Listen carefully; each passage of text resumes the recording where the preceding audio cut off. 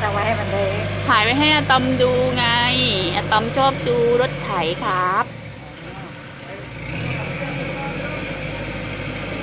ใช่ไหมลูกใช่ไหมอ่ะยืนไหม ออกแน่ทีนี้ถือร่างออก ตอมครับตอมดูรถไถใช่ไหมคะลูก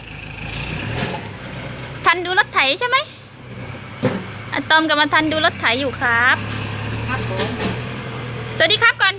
ครับสิลูกครับผม สวัสดีครับอะตอมสวัสดีครับสิลูก เอายิ้มหวานให้ก่อน อะทันสวัสดีครับแล้วนั่น หวานก่อนนะ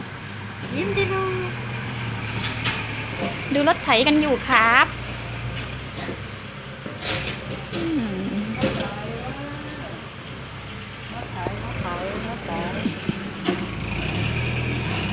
ถ่ายรถไถไว้ให้ลูกดูไงหนุนไถตอหมากแล้วหนุนตอต้นหมากไง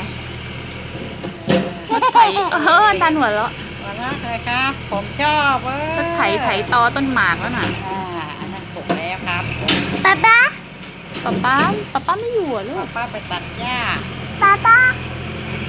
าอยู่ที่บ้านนายอยู่ นั่น ออกง่ายอันนั้นนะ นั่น เอาไว้ให้อาตอมออกไปให้วัว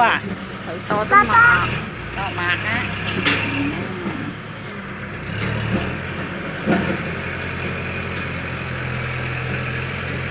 เดี๋ยวพอเดียวแหวะทีนี้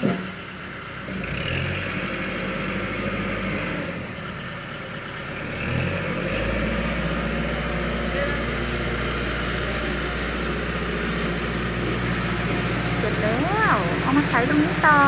มาขุดตอต้นหมากตรงนี้ต่อ